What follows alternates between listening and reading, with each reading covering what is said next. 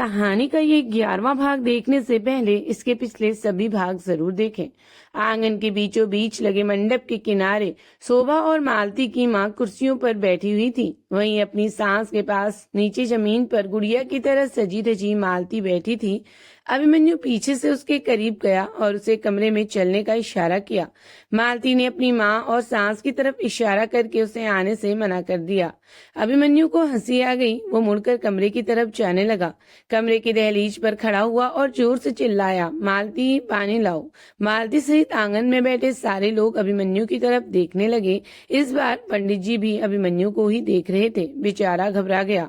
मालती उठकर रसोई से एक गिलास पानी लेकर दरवाजे के बाहर खड़ी हो गई। अभिमन्यु ने हाथ आगे बढ़ाकर उसे कमरे के अंदर खींच लिया। ओह, आप क्यों करते हैं ऐसा? कितने लोग बैठे हैं वहां पर? ओके ओके, सॉरी बेबी, अब नहीं करूंगा। जरा मेरी बात सुन लो। अभिमन्यु बच्चों की तरह कान पकड़कर बोला और मालती को खींचकर अपनी गोद में बिठा लिया। कुछ छूट गया था अधूरा, चलो उसे पूरा करते हैं। मालती जानती थी वो किस बारे में बात कर रहा है। सुनिए ना, बाहर शादी की रस्में चल रही हैं, हमें वहां होना चाहिए। बस एक बार प्लीज, अभिमन्यु ने रिक्वेस्ट करते हुए कहा। मालती ने नजरें झुकाकर अपने होठों से उसके माथे को चूम लिया। अभिमन्यु ने उसकी कमर में हाथ डालकर उसे अपने सीने से सटा लिया और अपने जलते हुए होंठ उसके गालों से होते हुए उसकी गर्दन तक फिराने लगा। मालती बस आंखें मूंदे उन खूबसूरत लम्हों को महसूस कर रही थी। वो अभिमन्यु के गले में हाथ डाले हुए उसकी गोद में बैठी थी। दरवाजे के बाहर से लोगों के आने जाने की आवाजें आ रही थी। मालती को थोड़ा डर लग रहा था। अगर किसी ने दोबारा कुंडा खटका दिया तो ये फिर नाराज हो जाएंगे। उसने जल्दी से आगे बढ़कर अभिमन्यु के होठों को अपने होठों में जकड़ लिया। अभिमन्यु उसकी इस जल्दबाजी के लिए बिल्कुल तैयार नहीं था। उसे हंसी आ गई। उसने मालती के होठों को उंगलियों से पकड़ लिया। अरे अरे, बहुत जल्दी है रानो, मेरे साथ ऐसी जबरदस्ती भी मत करो बेबी। मालती खिसिया गई। हटिए, हम जा रहे हैं। छोड़िए ना हमें, तुम्हें तो रोमांस करना भी नहीं आता। चलो मैं तुम्हें सिखाऊंगा। हाँ, बाद में सिखा लीजिएगा, अभी चलते हैं ना बाहर। कोई आ गया तो फिर आप नाराज हो जाएंगे। अभिमन्यु मालती के साथ कमरे से बाहर आ गया। मंडप के नीचे कन्यादान किया जा रहा था। नीलम के पिताजी तो थे नहीं, इसलिए मालती के पिता ने ही उसका कन्यादान किया। मालती को अपनी शादी याद आ रही थी। वो दोनों घुटनों पर बाहें टिकाए और उन पर अपना सर रख अपनी शादी की रस्में याद कर रही थी।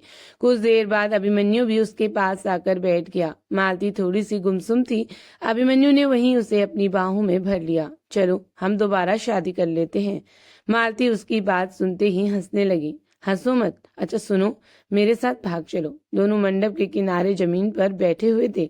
अभिमन्यु ने मालती को अपनी बाहों में भर रखा था। मालती को लाज समाज किसी की फिक्र नहीं थी। शादी के बाद इतने दिनों में पहली बार उसका पति उसे पति के रूप में मिला था। वो उस प्यार के एहसास को बिल्कुल भी जाया जाने नहीं देना चाहती थी। फेरों की शुरुआत हो चुकी थी। पंडित जी ने एक एक करके वचन पढ़ने शुरू कर दिए थे। अभिमन्यु उस खूबसूरत माहौल में खो चुका था। वो नीलम की जगह मालती को और उसके पति की जगह खुद को इमेजिन कर रहा था। उसे मंडप में वो और मालती फेरे लेते हुए दिख रहे थे। मालती भी उसके कंधे पर सर टिकाए पुरानी यादों में डूब चुकी थी। औरतें मंडप में बैठकर गाना गा रही थी। तुम्हें समझ में आता है पंडित जी क्या कह रहे हैं? मेरे तो कुछ पल्ले नहीं पड़ता। मालती मुस्कुरा दी और उसकी बाहों में सिमट गई। अच्छा तो बताओ क्या कह रहे हैं? पहले फेरे के साथ लड़की यानी दुल्हन अपने होने वाले पति से कहती है, यदि आप कभी तीर्थ यात्रा में जाओ तो मुझे भी अपने संग लेकर जाना। कोई व्रत उपवास अथवा धर्म कार्य आप करें तो मुझे भी अपने बाएं भाग में अवश्य स्थान दें। यदि आप इसे स्वीकार करते हैं तो मैं आपके बाएं भाग में आना स्वीकार करती हूँ। ये 7 वचनों में पहला वचन है, मैं देता हूँ। मेरी जिंदगी का कोई भी शुभ काम तुम्हारे बिना अधूरा ही रहेगा। मालती चौंक कर उसकी तरफ देखने लगती है। अभिमन्यु ने मुस्कुराते हुए हाँ में सर हिलाया। चलो आगे बताओ, अब क्या कह रहे हैं पंडित जी? अभिमन्यु बोला। दूसरे वचन में लड़की अपने होने वाले पति से कहती है, जिस तरह मैं अपने माता पिता का सम्मान करती हूँ उसी तरह मैं आपके माता पिता का भी सम्मान करूंगी और घर की मर्यादा के अनुसार धर्मानुष्ठान का निर्वाह करूंगी। मेरी ही तरह आप भी मेरे माता पिता का सम्मान और घर को अपना मानेंगे तो मैं आपके बाएं में आना चाहूंगी। अभिमन्यु ने उसके हाथ को अपने हाथ में ले लिया। मालती के माँ पिता की तरफ देखा और बोला, मैं वचन देता हूँ मैं तुम्हारे पेरेंट्स का दामाद नहीं, बेटा बनकर रहूंगा। उनके हर सुख दुख में बेटे की तरह उनका साथ दूंगा। मालती एक टक बिना पलक झपकाए उसे देखे जा रही थी। तीसरा फेरा शुरू हो गया था। नीलम आगे चल रही थी, उसका पति उसके पीछे चल रहा था। तीसरे फेरे में लड़की ये कहती है कि आप मुझे वचन दे कि आप जीवन के तीनों अवस्थाओं, युवावस्था, प्रौढ़ावस्था, वृद्धावस्था में मेरा पालन करते रहेंगे, तो ही मैं आपके बाएं में आने के लिए तैयार हूँ। अभिमन्यु ने बहुत रोमांटिक तरीके से उसकी आंखों में आंखें डालते हुए कहा, जब तक मेरी सांसें चल रही हैं तब तक तुम मेरी सबसे खूबसूरत जिम्मेदारी हो।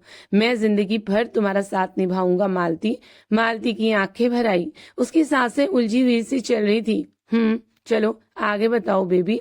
अब तक आप घर परिवार की चिंता से पूर्णतः मुक्त थे। अब जबकि आप विवाह के बंधन में बंधने जा रहे हैं, तो भविष्य में परिवार की सारी आवश्यकताओं की पूर्ति का दायित्व आपके कंधे पर है। यदि आप इस भार को वहन करने की प्रतिज्ञा करें, तो ही मैं आपके बाएं में आऊंगी।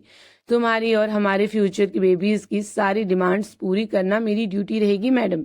मैं अपनी प्यारी सी फैमिली को कभी भी कोई कमी नहीं होने दूंगा। I promise you. 5वें फेरे की शुरुआत हो चुकी थी। अभिमन्यु और मालती भी उसी मंडप में मन ही मन फेरे लगा रहे थे। हर फेरे के साथ मालती खुद को अभिमन्यु के और बेहद करीब महसूस कर रही थी। वो जितना खूबसूरत पल था उतना ही भावुक भी था। अच्छा, आगे बताओ। इमोशनल होने की जरूरत नहीं है। 5वें फेरे में लड़की अपने होने वाले पति से कहती है कि अपने घर परिवार के कार्यों में लेन देन अथवा अन्य किसी खर्च के लिए मेरी सलाह लेने और उसे अहमियत भी देने का वचन देते हैं, तो ही मैं आपके बाएं में आना चाहूंगी। मैं वचन देता हूँ, मैं मेरी निजी जिंदगी से जुड़ा कोई भी डिसीजन तुम्हारी एडवाइस के बिना नहीं लूंगा। मालती की खुशी उसकी आंखों से बह रही थी। वो पूरे समाज की परवाह किए बिना वही मंडप के एक कोने में अभिमन्यु के सीने में समाई हुई थी। अभिमन्यु ने उसके हाथों को थाम रखा था। 6ठे फेरे में लड़की अपने होने वाले पति से कहती है। मालती चुप हो गई। अभिमन्यु उसकी तरफ देखने लगा। मालती की भरी हुई आंखें बह निकली। अभिमन्यु ने उसका चेहरा अपनी हथेलियों में लेते हुए कहा, क्या हुआ मालती, बोलो ना। लड़की अपने पति से कहती है कि अगर मैं अपनी सहेलियों अथवा अन्य स्त्रियों के या समाज के बीच में बैठी हूँ, तब आप वहां सबके सामने किसी भी कारण मेरा अपमान नहीं करेंगे। बोलते बोलते मालती की आवाज रुक गई। अभिमन्यु को एक एक करके वो सारे पल याद आने लगे थे, जब जब उसने मालती को भरे समाज में बेइज्जत किया था। वो मालती को चारों ओर से बाहों में जकड़ लेता है और उसके कान के पास आकर कहता है, मैं वादा करता हूँ आज के बाद कभी भी किसी भी वजह से मैं किसी के सामने तुम्हें ऐसा कुछ भी नहीं कहूंगा जिससे तुम इंसल्ट फील करो। मालती, मैंने जो कुछ भी किया है पहले, मैं उसके लिए बहुत शर्मिंदा हूँ और हमेशा रहूंगा। मैं जानता हूँ मैं माफी के लायक नहीं हूँ, लेकिन हो सके तो मुझे माफ कर देना। मालती ने उसकी बाहों को कसकर पकड़ लिया और उसकी आंखों में झांकने लगी, मानो कह रही हो, आपने वचन आज दिया है, उससे पहले जो भी किया उससे मुझे कोई फर्क नहीं पड़ता। ये वचन अधूरा है, अभी दूसरा हिस्सा नहीं सुनेंगे? हाँ, बोलो मेरी जान। यदि आप किसी भी प्रकार के दुर्व्यसन से अपने आप को दूर रखें, तो ही मैं आपके बाएं में आना स्वीकार करती हूँ। अभिमन्यु सर खुजलाने लगा। उसने पीने की तरफ इशारा करते हुए कहा, you mean I can't drink? अब क्या पीना भी बंद करना पड़ेगा? जी बिल्कुल। चलिए वचन दीजिए आप शराब नहीं पिएंगे कभी। अभिमन्यु खिसियाते हुए उसकी तरफ देखकर हंसने लगा। You are lying. ऐसा कोई वचन नहीं बताते पंडित जी। जाइए पूछ लीजिए पिताजी से। अब ये क्या यार, थोड़ा सा तो ड्रिंक करता हूँ मैं। मालती बस उसे देखकर मुस्कुराई जा रही थी। जैसे आपकी मर्जी। मालती उसके सीने से थोड़ा दूर होते हुए बोली। उसके दूर हटते ही अभिमन्यु ने उसका हाथ पकड़कर वापस उसे अपने सीने में सटा लिया। देखो, हमारी जिंदगी की नई खूबसूरत शुरुआत पर मैं कोई झूठा वादा नहीं करना चाहता। मैं वचन देता हूँ कि धीरे धीरे करके मैं अगले कुछ सालों में पूरी तरह ड्रिंक करना छोड़ दूंगा। अचानक से नहीं होगा मालती, प्लीज मेरी बात मान जाओ। मालती ने मंडप में बैठे सभी लोगों से नजरें चुराकर अभिमन्यु के हाथों को अपने होठों के पास ले जाकर चूम लिया। आखिरी फेरा खत्म हो चुका था। अरे तुम्हारे चक्कर में हम लेट हो गए। जल्दी से बताओ लास्ट फेरे में क्या बोला पंडित जी ने? अंतिम वचन के रूप में लड़की अपने होने वाले पति से यह वचन मांगती है कि आप पराई स्त्रियों को माता के समान समझेंगे और पति पत्नी के आपसी प्रेम के मध्य अन्य किसी को भागीदार नहीं बनाएंगे। यदि आप ये वचन मुझे दें, तो ही मैं आपके बाएं भाग में आना स्वीकार करती हूँ। वचनों की आड़ में तुम अपनी निजी ख्वाहिशें पूरी करवा रही हो। अरे मेरे भोलेनाथ, जब आप किसी लड़की को उसकी पूरी दुनिया से अलग करके अपने साथ ले जाएंगे तो आपको उसे वचन तो देना ही होगा कि वो नई दुनिया कभी किसी तीसरे के कारण बर्बाद नहीं होगी। और यही 7वां और आखिरी वचन है। अभिमन्यु ने उसे आंख मारी। अरे यार, सारी गर्ल्स को मदर सिस्टर मानना जरूरी है क्या? मालती को उसकी खुरापात समझ आ गई थी। उसने अभिमन्यु को घूर कर देखा। उप्स, मतलब आई श्वेयर, मैं पक्का हमारी छोटी सी क्यूट सी लाइफ में किसी थर्ड पर्सन को नहीं आने दूंगा बेबी। मालती मुंह बिचकाकर वैसे ही बैठ गई। ये जो बीच बीच में अंग्रेजी में गिटर पिटर कर जाते हैं वो हमारी समझ में नहीं आता, लेकिन हम मान लेते हैं आपने हमें ईमानदारी से वादा किया ही होगा। हाय मेरी जान, तुम्हें मैं इंग्लिश खुद सिखा दूंगा, फिर तुम मेरी तरह गिटर पिटर कर लेना। दोनों पूरी दुनिया से बेफिक्र एक दूसरे की बाहों में गुम थे। अच्छा आगे बताओ, अब क्या बताऊं? 7 फेरे तो हो गए, ये दोनों पति पत्नी हो गए। अब नीलम का पति उसे मंगलसूत्र पहनाकर उसकी मांग भरेगा, जिसका मतलब है कि उसे नीलम की सारी मांगे मंजूर हैं और वो 7 वचनों को पूरा करने के लिए तैयार है। मतलब लड़कियों के लिए कोई वचन नहीं है? लड़कियां कोई वचन नहीं देती? ये तो चीटिंग है यार। सारे प्रॉमिस मुझसे करवा लिए, गंदी लड़की हो तुम। नहीं देती। आप हमें विदा कराने आते हैं, हम आपको विदा नहीं कराते। इसलिए आपको हमारे वचन भरने होते हैं। जिस दिन से दूल्हों की विदाई होने लगेगी तो वचन दुल्हनों से भरवाए जाएंगे। मैं अपनी फैमिली को कभी नहीं छोड़ सकता, मुझसे इतनी डियरिंग नहीं है। मालती नम आंखों से अपने मम्मी पापा को देखने लगी। अभिमन्यु उसकी फीलिंग्स समझ रहा था। उसने मालती को अपनी बाहों में जकड़ लिया और उसके माथे को चूमते हुए कहा, मैं तुम्हें तुम्हारे परिवार की कमी कभी महसूस नहीं होने दूंगा मालती। दोनों एक दूसरे की आंखों में आंखें डाले बैठे थे। इधर मंडप में नीलम को मंगलसूत्र पहनाकर उसकी मांग भर दी गई थी। इधर मालती की मांग में भरा लाल सिंदूर आज और भी ज्यादा चमक रहा था। व्हाट्सएप पर मैसेज आ रहा था। अभिमन्यु ने मैसेज खोला। आकाश ने उसकी और मालती की मंडप में बैठी हुई ढेर सारी फोटोज भेजी थी। अभिमन्यु ने एक क्यूट सा इमोजी उसे भेज दिया। अगली सुबह नीलम विदा हो गई थी। घर में इतने दिन शोर शराबे और चहल पहल के बाद आज एकदम सन्नाटा था। मेहमान एक एक करके घर से विदा किए जा रहे थे। क्योंकि अगले दिन फैक्ट्री की जमीन का भूमि पूजन होना था, इसलिए अभिमन्यु और उसका परिवार अभी गांव में ही रुका हुआ था। पूरे दिन घर की व्यवस्था की गई और थके हुए परिवार ने जमकर आराम किया। अगले दिन भूमि पूजन के लिए पूरा घर तैयार हुआ। अभिमन्यु और उसका परिवार भूमि पूजन के बाद वहीं से अपने घर निकलने वाला था, इसलिए अभिमन्यु और मालती ने अपनी सारी पैकिंग भी कर ली थी। अभिमन्यु कार में मालती का वेट कर रहा था। मालती ने सुर्ख लाल रंग की जॉर्जेट की साड़ी और लाल चूड़ियों का सेट पहना हुआ था। बालों की एक लंबी सी चोटी उसकी कमर तक झूल रही थी और बीच मांग में भरा सिंदूर उसकी खूबसूरती में 4 चांद लगा रहा था। अभिमन्यु उसकी खूबसूरती में खोया हुआ था। मालती कार में बैठते ही सीट बेल्ट खोजकर बांधने लगी। अभिमन्यु ने उसे पकड़कर सीट बेल्ट उसके हाथ से छीन ली। अरे अरे, आकाश ने बोला था ये लगाना बहुत जरूरी होता है। आकाश की ऐसी की तैसी। वो उसके ऊपर झुका और सीट बेल्ट बांधने लगा। मालती अपने पेट पर गुदगुदी सी महसूस कर रही थी। अभिमन्यु जानबूझकर अपनी उंगलियों से उसके पेट पर फिरा रहा था। मालती को हंसी आ रही थी। अभिमन्यु ने अपने होठों से उसके गालों पर रख दिया। तुम इतना हंसती क्यों हो? अभिमन्यु ने उसके गाल अपने होठों से सहलाते हुए पूछा। क्योंकि मुझे हंसी आ जाती है, मैं क्या करूं? मालती ने बहुत मासूम सा चेहरा बनाकर कहा। अभिमन्यु उसके बाल कान के पीछे करता हुआ उसके होठों की तरफ बढ़ जाता है। सुनिए, मम्मी पापा पीछे वाली कार में ही हैं, चलिए वरना वो आ जाएंगे। अभिमन्यु उसके ऊपर से हटता इसके पहले ही कार के शीशे पर नॉक हुआ। अगर रोमियो ने जूलियट को सीट बेल्ट बांध दी हो तो क्या मैं अंदर आ सकता हूँ? आकाश खुरापाती हंसी हंसते हुए बोला। मालती और अभिमन्यु दोनों एक साथ बोल पड़े। तुम क्यों? क्योंकि मॉम डैड की कार में मालती के मम्मी पापा बैठे हैं, इसलिए आप लोगों को अपने टेस्टी कबाब में इस हड्डी को जबरदस्ती घुसेड़ना पड़ेगा। और एक्चुअली एक नहीं 2 हड्डियां हैं। मालती का भाई भी हमारी कार में ही आएगा। अभिमन्यु ने बाहर देखा। आकाश के पीछे खड़ा रंजन दांत निपोर कर हंसे जा रहा था।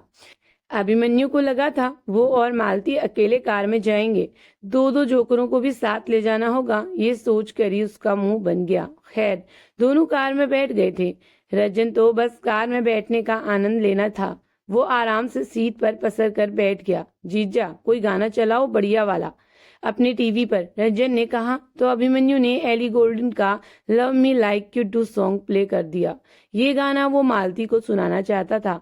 सॉन्ग प्ले करने के बाद वो मालती की तरफ देखकर मुस्कुराने लगा। मालती भी उसे देखकर अजीब तरह मुस्कुरा रही थी। कैसा लगा? अभिमन्यु ने मालती से धीरे से पूछा। का गाना? और क्या? ये गाना है। हमें लगा कोई लड़की अंग्रेजी में समाचार सुना रही है। अभिमन्यु को गुस्सा आ रहा था। उसने मालती को देखकर गंदा सा मुंह बना दिया। गाना रंजन और मालती दोनों के सर के ऊपर से जा रहा था। रंजन बगल में बैठे आकाश से बोला, काहे भैया ये लौंडिया रो काहे रही है? इसका मर्द इसे छोड़कर भाग गया क्या?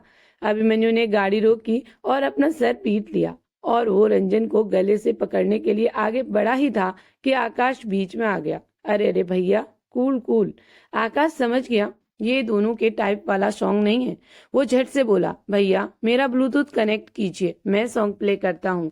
अभिमन्यु ने कर दिया और आकाश ने यूट्यूब खोल कर तेरी आँखा का यो काजल बजा दिया। मालती खुशी के मारे उछल पड़ी और उसके बाद रंजन और आकाश ने अभिमन्यु की कार को डांस फ्लोर समझकर वो उत्पात मचाया कि बेचारा अभिमन्यु का गाड़ी चलाना दुभर कर दिया। अभिमन्यु को रंजन और आकाश पर गुस्सा तो आ रहा था, लेकिन वो मालती की बेफिक्री से डांस करता देख मुस्कुरा रहा था। अभिमन्यु ने मालती का हाथ पकड़कर खींचा। वो बिल्कुल उसके चेहरे के करीब आ गई।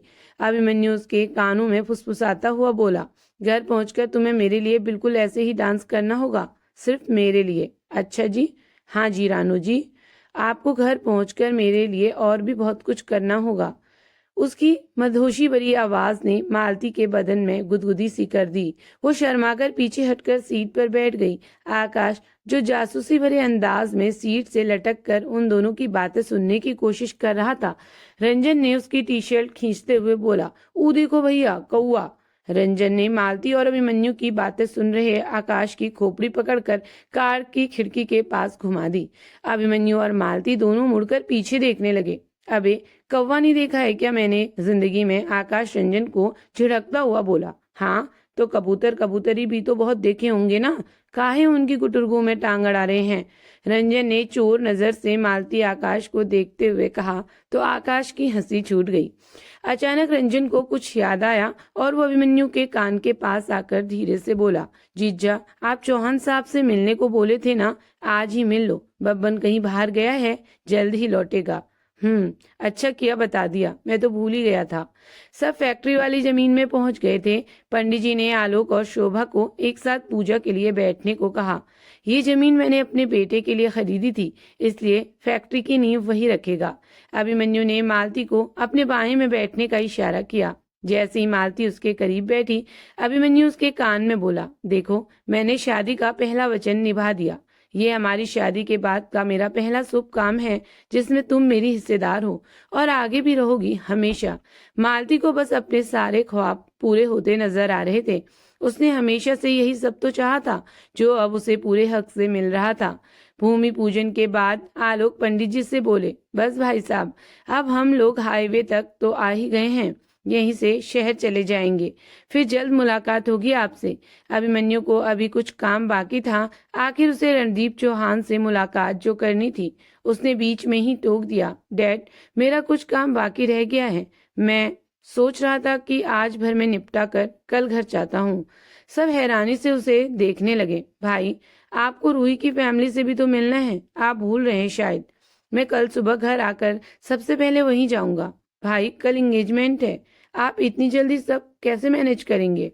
तुम्हें मुझ पर भरोसा है ना? इन सब की बातचीत चल ही रही थी कि मालती के पिताजी बोल पड़े, अरे भाई साहब जब अभिमन्यु बाबू को काम है तो आप सब भी एक दिन हमारे साथ रुक जाइए। वैसे भी शादी की भड़बड़ में आपकी मेहमान नवाजी भी नहीं कर पाई। आलोक ने थोड़ी ना नुकुर की, लेकिन पंडित जी के बार बार कहने पर वे मान गए और सबके साथ वापस गांव लौट आए। वापस आते ही अभिमन्यु रंजन के साथ कार में बैठकर चौहान साहब की हवेली की तरफ बढ़ गया। घर में काफी चहल पहल थी, घर की सजावट की जा रही थी, मानो किसी बड़े फंक्शन की तैयारी चल रही हो। रंजन को कुछ खास पता नहीं था। दोनों अंदर पहुंचे। एक भारी भरकम रौबदार व्यक्तित्व वाला, बड़ी बड़ी मूंछों वाला इंसान झक सफेद कुर्ता पैजामे में हवेली के मुख्य हॉल के बीचों बीच सोफे पर बैठा हुआ था। यही है जमींदार साहब, रंजन ने धीरे से अभिमन्यु के कानों में कहा। जैसा कि रंजन ने अभिमन्यु को जमींदार साहब के स्वभाव के बारे में बताया था, अभिमन्यु ने आगे बढ़कर सम्मान सहित उनके पैर छू लिए। वे इस तरह एक अजनबी नौजवान को पैर छूते देखकर चौंक गए। रंजन पीछे खड़ा था। आप कौन? पहचाना नहीं मैंने। रणदीप जी बोले, मैं अभिमन्यु सिंह राजपूत, आलोक ग्रुप ऑफ इंडस्ट्रीज का एमडी, साथ ही यहाँ के मुखिया जी का दामाद हूँ। आपके बारे में बहुत सुना था, मिलने की इच्छा हुई तो चला आया। अभिमन्यु सिंह राजपूत सुनते ही रणदीप चौहान थोड़ा गंभीर हो गए, लेकिन फिर बहुत कोमलता से अभिमन्यु को बैठने के लिए बोला। जी कहिए, मैं आपकी क्या सेवा कर सकता हूँ?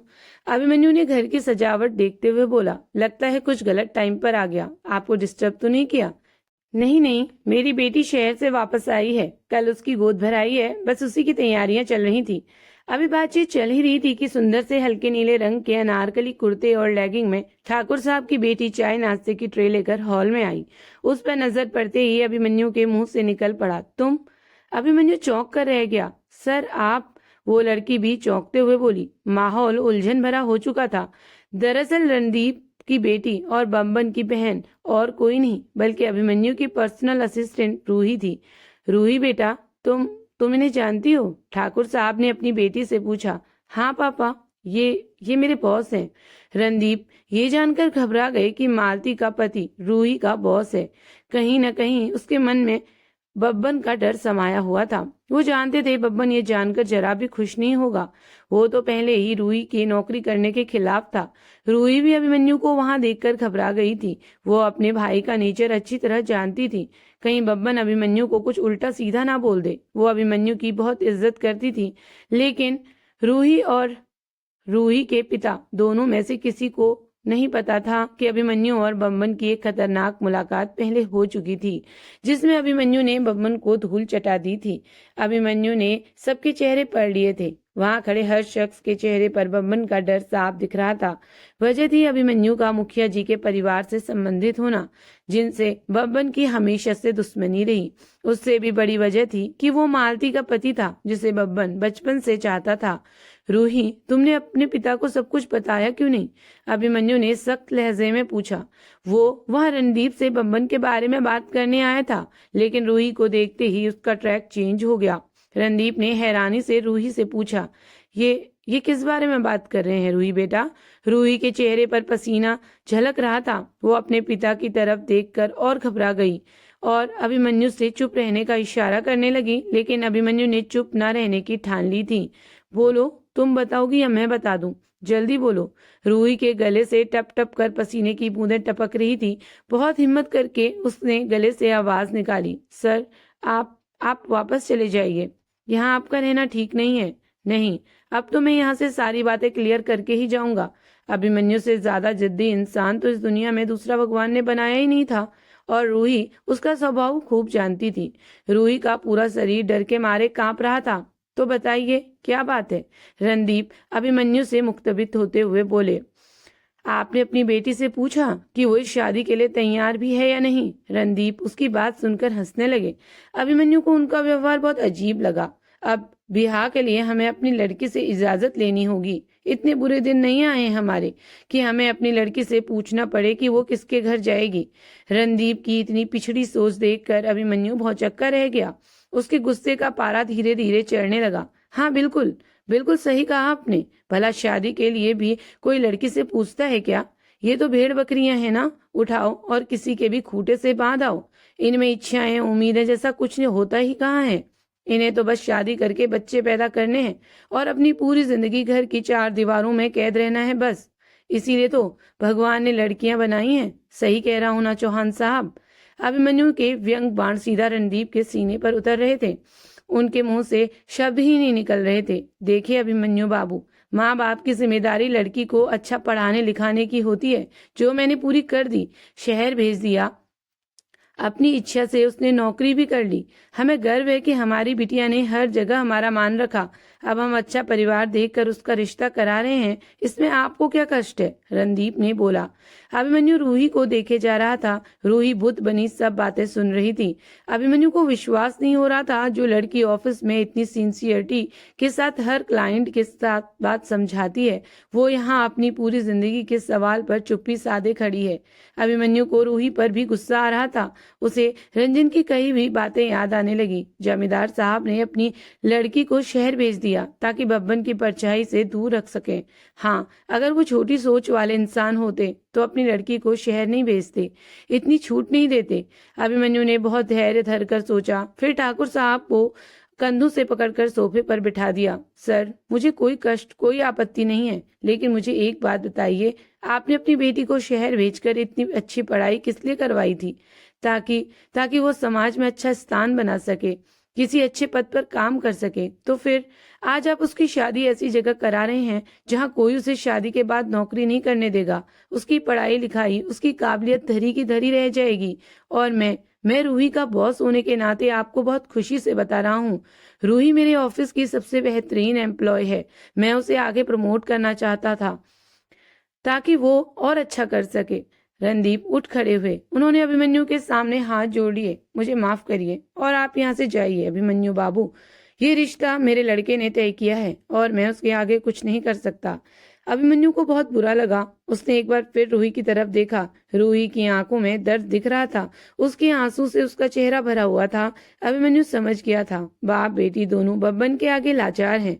अभिमन्यु ने शिष्टाचार पूर्वक आगे बढ़कर रणदीप के पैर छू लिए और रूही की तरफ देखकर मुस्कुराया। फिर रंजन के साथ बाहर निकल आया। इधर घर पहुंचने के बाद आकाश अकेला पड़ गया था। वो घूमते घूमते मालती के पास पहुंच गया। मालती, यार मैं बोर हो रहा हूँ। एक तो भैया मुझे अपने साथ नहीं ले गए, दूसरा तुम्हारे भाई को भी ले गए। बताओ कितना अच्छा एंटरटेनमेंट होता था उसके साथ। मालती कमरे में पोछा मार रही थी। वो मुड़कर हंसते हुए बोली, बाग घूम आओ पिताजी के साथ, आम के पेट फूल रहे हैं, कच्ची अम्मियाँ खाने को मिलेगी। तुम चलो ना यार, पिताजी के साथ मजा नहीं आएगा। वो कुछ बोलती इसके पहले ही अचानक उसे कुछ याद आ गया। वो झट से हाथ धोकर आई और बोली, आकाश, तुम्हारे भैया बता रहे थे कि कोई लड़की तुमने पसंद की है। आकाश थोड़ा सा चौंक गया, फिर सोचने लगा, ओ, कुछ ही दिनों में इनका रिलेशनशिप इतना सीरियस हो गया कि भैया इनसे अपनी पर्सनल बातें भी शेयर करने लगे।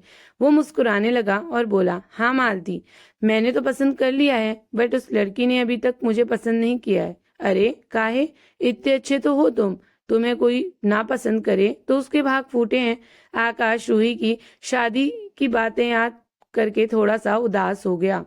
काहू आकाश, बताओ ना, वो काहे नहीं पसंद करेगी तुम्हें?